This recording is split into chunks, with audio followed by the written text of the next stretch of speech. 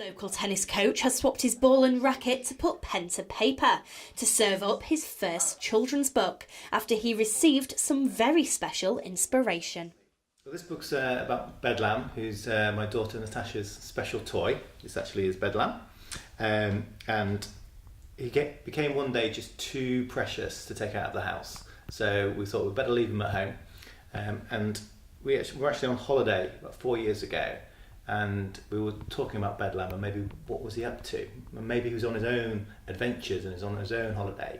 And that sort of spawned the idea for, or maybe Bedlam does have all these adventures when we leave him alone. Because quite often when we came back to see Bedlam, if we'd just been out for the day, he'd been in a slightly different position. And we think, okay, maybe he's been off on an adventure. And so I actually ended up writing half a dozen stories in the tent that night on holiday under the lamp. And Natasha loved them so much, we thought, well, we've really got to make one of them actually into a book, you know. And basically we decided to self-publish this book for Natasha to make her toy like the hero of the story. So this is Bedlam, and he came into Natasha's life, and Natasha was literally 1 week old. This is Natasha with Bedlam when Bedlam was about 3 and Natasha was about 3. What started as a hobby for Natasha has become a passion, and now Bedlam isn't the only star of the show. Well, to start with, we just sort of making up more and more stories. We came up with different ideas for different characters. Some of her toys, sort of like long-legged lamb and cuz lamb, we tried to write into the story. And then at the start of this year, we said, we've talked about it for long enough. We need to make this a book, make it a reality. I really dedicated myself to writing at the start of this year, and then in June we commissioned some illustrators. So I had to write a brief for each scene on each page, and I actually found some people in Barbados to do the illustrations for us.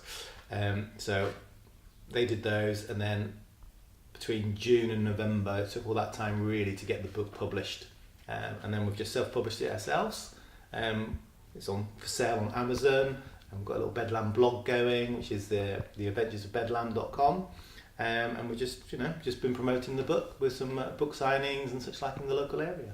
It's been amazing. I've been really touched by the response. But in this story, Matt isn't the only umpire on the court. Well, Natasha, she's absolutely loved the whole thing. She's taken the book into her class at school and read it out in class. Her friends think she's like famous now. It's all really sweet, and she's come with me on book signings and helped me set up the stall, put all the lambs out in the right places, and she's just loved the whole thing. And The Adventures of Bedlam isn't just going to be a one-hit wonder. The very first time we started writing the adventures, we came up with 6 stories. And then since then, talking with my family and with Natasha, we've come up with over 200 ideas for different stories. So the Adventures of Bedlam are going to go on.